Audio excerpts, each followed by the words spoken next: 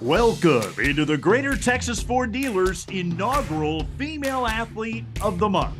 From Jacksboro to Kilgore, Eastland to Dalhart, Lampasas to Gilmer, Temple, Big Spring to Sweetwater, and many points in between.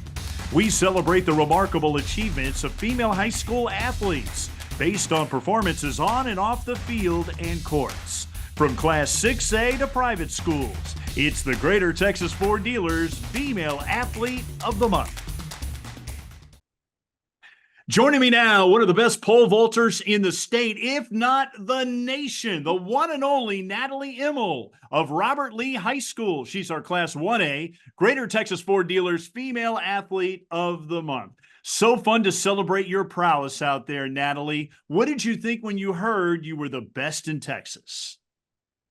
I really didn't think it was I really didn't think it was real because I I don't know, it was like crazy that somebody would nominate me for something so big, and I thought that it was just an honor to have something um to celebrate me and my hard work. Well, there's no doubt about it. Your hard work has paid off, and a big congratulations. So fun to celebrate you. I think about what you've been able to do. I mean, you've been a perennial power in pole vaulting in this state. Multiple times you've qualified for state ranked, a regional 2 champion. Whatever got you into the sport in the first place? Well, I remember wanting to um do track for a long time whenever I was little, but I was homeschooled.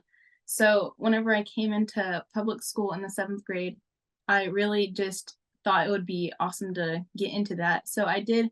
And in, I remember freshman year, I thought it was the funnest thing ever. So I kept on doing it. And then sophomore year, I started pole vault. So in sophomore year, it didn't really go too well. But then after that, it really was fun to me and I kept on doing it. So that's where it got me to state.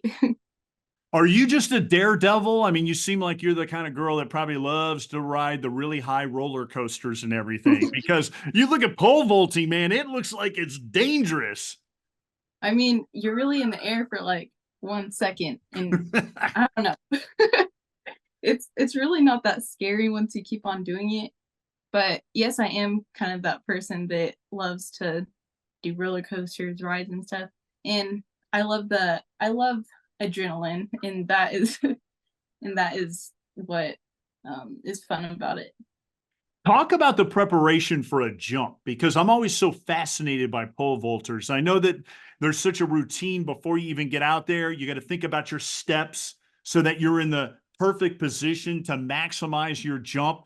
How much thought process goes into it? Because, physically, you're like 0% body fat. We know you can do it, but you have to have the mental side to be absolutely perfect, to be in the right position to make that perfect jump. Well, mentally it's very challenging because sometimes it's all in my head. I think, oh, if my step is too far in, too far out, whatever. And it really scares me sometimes, but yeah, I really have to just sit there and breathe. And that is part of my pre-run. I just sit there, breathe a little bit, wait until it's a perfect time to go for my vault, and then I go. Well, people talk about your pre kind of jump routine. It's very sophisticated, right? There's a lot going on there. Yes. It's kind of like you have to block out everybody around you, get in the zone or whatever. And it's kind of scary, but the I don't know, it's fun. I bet you when you jump, you actually know whether or not you're going to make it by what happened right Yes, before that, right? exactly. My I did have a problem before well, really my whole entire pole vault career, I guess, that I would overstride every step. So my step was under, and I just figured it out like the week before state. So it was kind of scary, but I kind of got it under control and I did pretty well at state. Yeah, you've done really well. I mean, you cleared 9 feet 3 inches to win in the regionals at San Angelo, and then you were able to win silver at state by going 9-6. What was that moment like at state when you realized that you were right there amongst the best in Texas and you performed on the biggest stage that you could possibly do it? Well, first of all, it was really fun to compete with all of the girls around me because more than half of them were there at state the year before.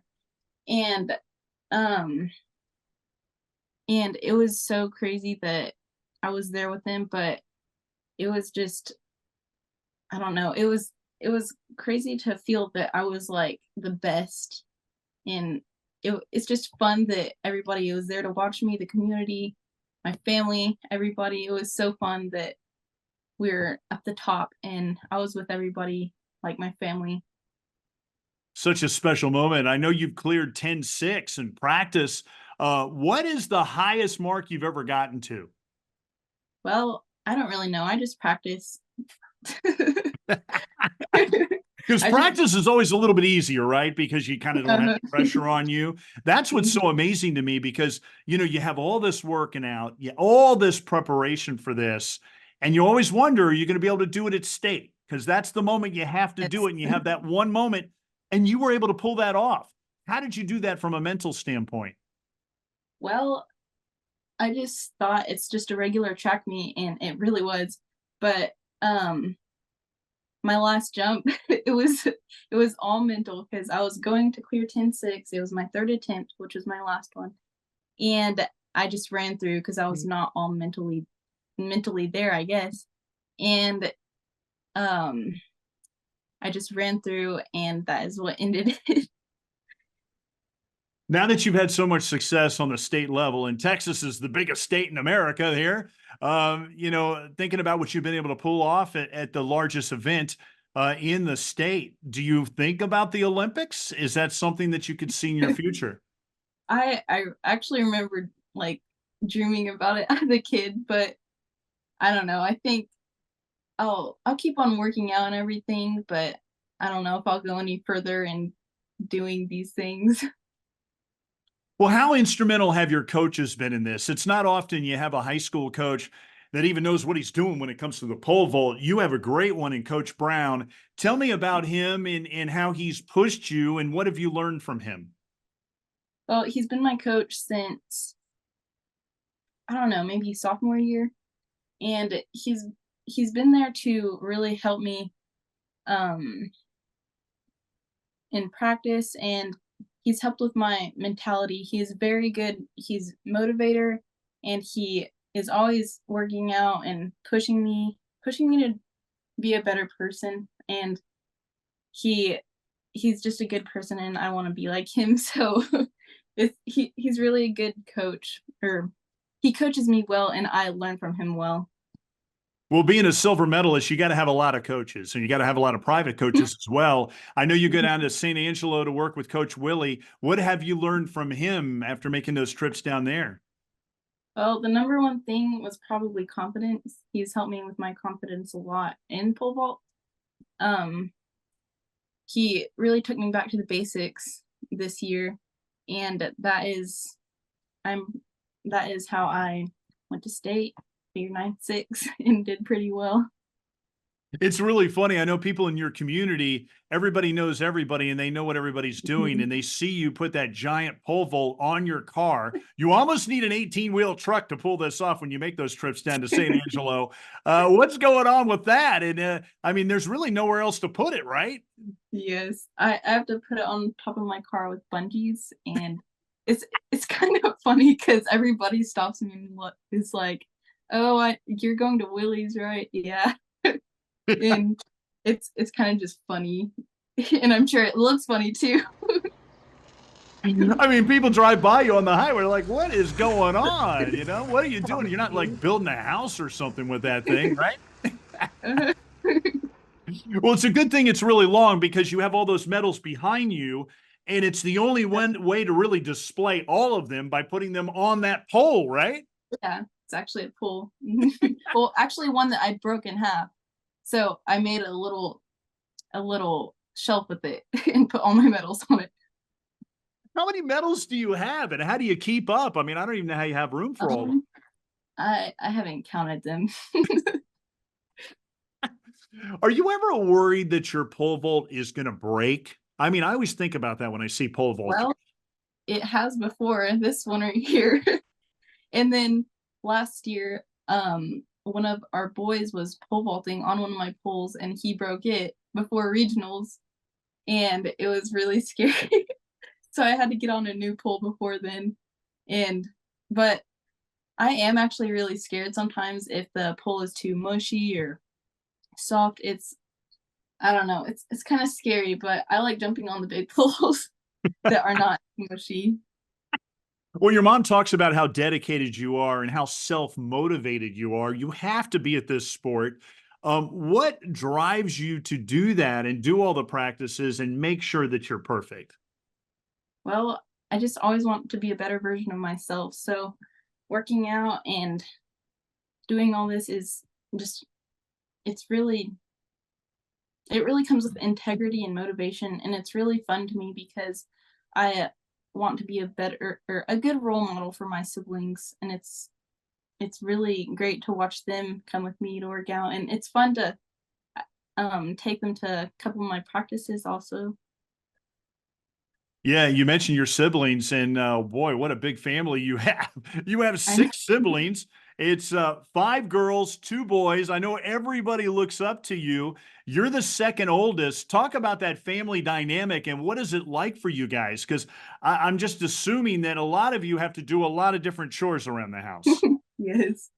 Well, it's really fun having a lot of siblings, but also it's a little tiring sometimes, especially being the second oldest, because we have a lot of responsibilities, first of all, but I love um, hanging out with them, and I have actually took a couple of them to my pole vault practice, and they've actually done it with me.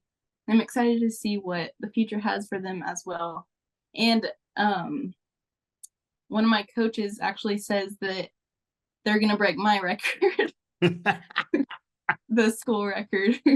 The world famous Immel pole vaulting family. I can see the stories when you get to the Olympics and win gold. Well, we are taping this on Mother's Day, and a big shout out to your mom, who is like a super mom Yes. with all you kids. And I know she's very special to you and always been there supporting. What's her support been like through all this? I don't even know how she does it because she's always there for me, always there for each of us, and has a job, and she's just crazy supportive, and I love her so much. And she's Good always rooting answer. for me, telling me that it's all gonna be okay no matter what happens, and you're gonna do good. It's awesome. Well, your older sister Paige was part of a historic basketball team for the first Yes. time since 1978. She was on the team that went to state there at Robert Lee. You were the manager of that team. Tell me about that experience and what that was like to see your sister on the big stage. Well, I remember as a freshman, it was we had a good season, but I didn't know that the next season was going to be better. But looking back at it, it was so fun to be alongside with her, managing and just helping with their team. I even though that I didn't do much, it was so fun to make the memories with them and be a historical part of Robert Lee. Pretty awesome. You know, I think about some of the other sports you compete in. You've been so big in track and field. You also run the relays, and you've been part Mhm. of some teams there. How much has the running and the relays helped your pole vaulting?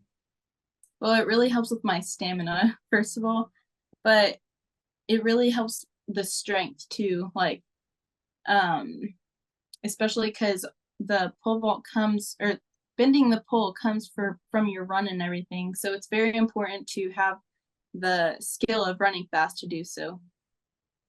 Well, you're such a great representation of that small community there at Robert Lee High School. Tell me about that community and how it shaped you and your family. Well, we moved here in the 8th grade, and I remember being scared because I don't like meeting new people at the time, but the people who I've grown to be close with are awesome, and the whole entire community is very supportive in sports. Like whenever there's a sporting event, everybody's there, the whole entire town. And it's really awesome to just be a part of it. Well, you're also an academic wizard. You're a straight A student and, amongst the top of your class there at that school. Why is that so important to you? Well, really, it all really comes with integrity and hard work because I like to be better, push myself, and do good things. Right now, I'm going to graduate third in my class, and that's pretty awesome to think about.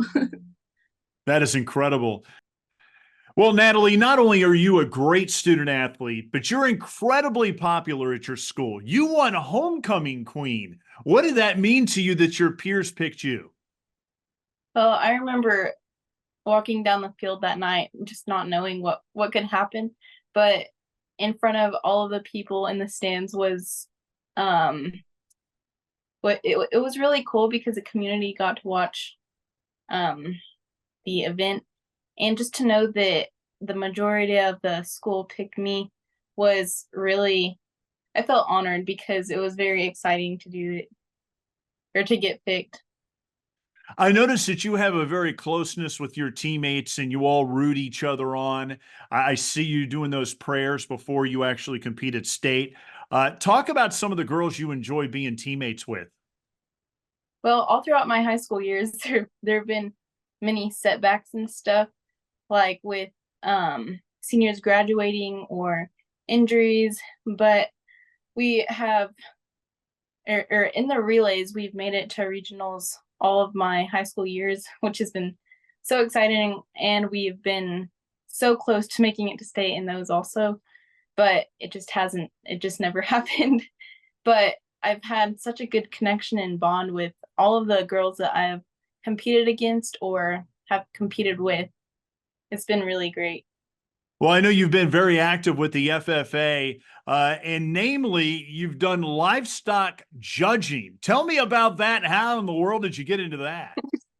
Well, I I went into ag class freshman year, and it just really caught my interest because my friends were doing it, and I got introduced to livestock judging and ag advocacy. And I also did ag mech where I made a bench, table, and chairs for outside, and I learned how to weld and stuff. And it's really helped me develop in my career choices and everything. And it's been really fun to do those activities. Who knew you were this talented? Go, Natalie, go. Well, I think about you coming back for a class reunion, say a decade from now, as an Olympic gold champion. I see that in your future. What do you think you want your legacy to be there at that school? Because, everybody's going to remember the Immel family. There's so many kids coming through there. Well, I would really just want them to remember me as a good student, someone who is a good person to look up to, and yeah, a good role model. Well, congratulations on all your success, Natalie. So fun to celebrate what you've been able to do. Can't wait to see what you do in the future. Congratulations on being the Class 1A Greater Texas Ford Dealers Female Athlete of the Month. Thank you so much. Your Greater Texas Ford Dealers is so proud to recognize the hard work, dedication, perseverance, and passion of so many Texas high school female athletes who inspire us all. Here's this month's winners. And don't forget, you can see their interviews at Greater TX Ford for Greater Texas Ford Dealers. From Class 1A to 6A, plus private schools, we celebrate them all. Thanks so much for watching the Greater Texas Ford Dealers inaugural Female Athlete of the Month. See you next time.